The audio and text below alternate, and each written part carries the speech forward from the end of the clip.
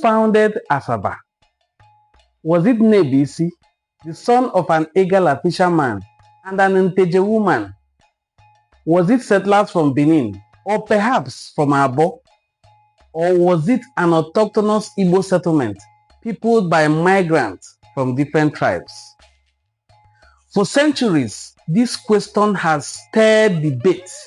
Legends, missionary records, colonial reports all tell different stories. In this documentary, we journey into the past through myth, memory, through war, migration to uncover the true origins of Asaba. Much of what we know about Asaba before the 20th century comes not only from oral tradition, but also from the pen of missionaries, traders, and explorers.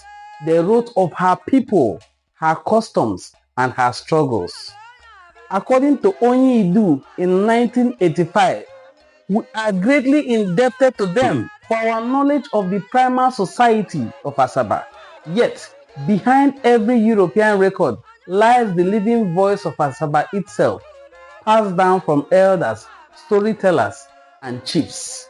Oral tradition speaks of Nnebisi, the son of an Igala fisherman and an Nteje woman, a boy born at the crossroads of two worlds. Nnebisi would one day cross the river Niger, and with that crossing, a new chapter began.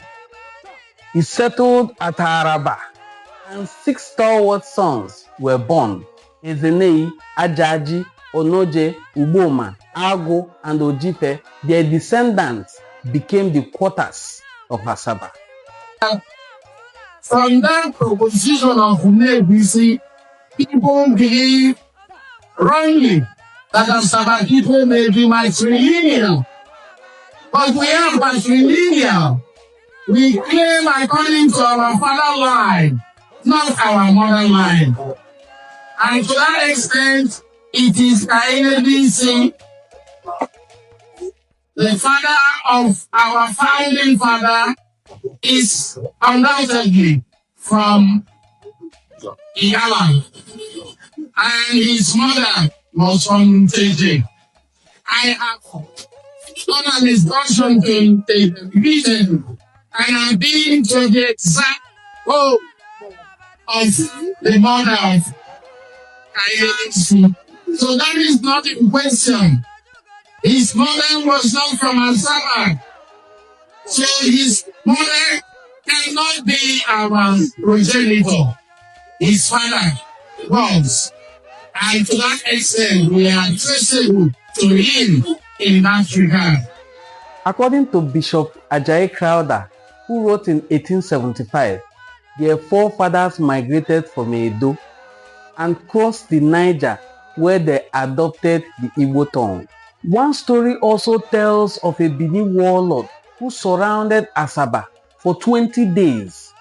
The Arabians, which is used to refer to the Asaba people, stood firm, and from that ordeal raised the Ekuro bed, which became a symbol of their survival.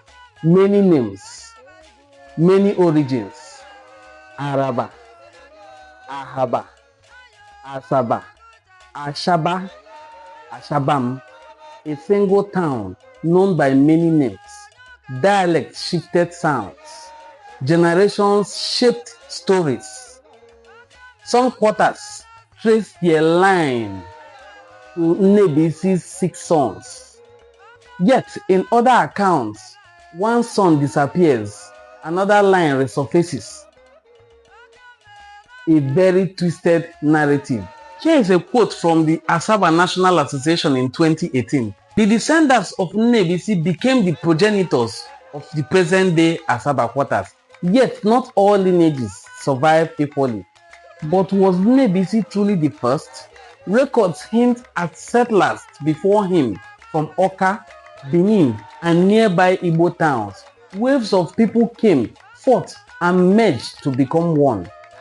Asaba was never just founded.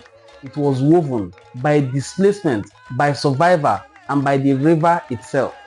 In 1934, a British intelligence report wrote that Uboma of Oka was the first settler of Asaba.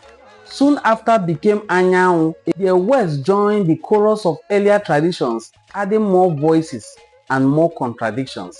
Scholars place Nnebisi's journey not in distant past, but likely in the 18th century, around 1725 to 1750, a time of upheaval across the Niger. But was Nnebisi truly the founder, or has time woven his story larger than life? Some accounts argue that Asaba already existed before Nnebisi's mother even arrived from Nteje as a housemaid to Anyanwu. To call her son founder, they say, is as spurious as commonplace moonlight story, because Asaba has already existed before she came. A quote from Spencer cited in Onyidu in 1879 goes thus: "It lacks common sense, logic, as much as it cannot stand the test of historical cubicles to state that Nnebisi founded Asaba."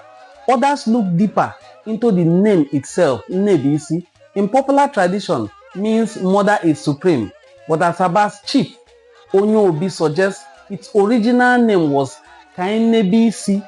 Let's watch and see what this one will become in future. The story grows more tangled.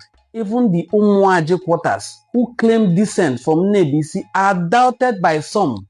By the early 20th century, the people of Nteje still saw Nnebisi's descendants as their own and welcomed them home in 1912. A quote from Professor Elizabeth Isiche in 1983 states, "In 1912, elders from Nteje visited Asaba to suggest to its people that they should return home to their ancestral home. The suggestion was declined, but they were given a hearty welcome." But Spencer recalls something even darker: a civil war in which alien groups fought and defeated the original settlers of Asaba. Their leaders, once despised, assumed the title of chiefs. The conquered, once proud, were reduced to shame. According to Spencer, again in 1879, it ended in the complete victory of the children of the aliens and by their leaders assuming the title of chiefs, which were previously denied them, a sad lesson taught the vanquished. Nnebisi's legacy, part myth, part memory, remains contested. But was he a founder or a symbol, a real man or an ancestral metaphor for Asaba's resilience? Perhaps the truth lies not in choosing one's version over another, but in embracing them all as chapters of a larger story, a story of a people who survived wars, migrations, and conquests, and who still stand today beside the river Niger, a very prominent settlement, Asaba, where histories meet and where rivers remember. This is the story of Asaba, and this is the foundation of the town, believed to have been founded by a man known as Nnebisi Malife Aboh. Let's look up to the future to see what this child will become. Now, the name Nnebisi, it is not wrong to shorten it as Nnebisi, because the full name is Nnebisi Malife Aboh. Calling it Nnebisi does not reduce it to a matriarchal society. Asaba remains in its full term a patriarchal society. I hope you enjoyed this very beautiful documentary. In case you did, kindly press the share button and find other very interesting videos on our platform to watch. Thank you for watching our video on Enwane Cultural Forum. See you in our next video.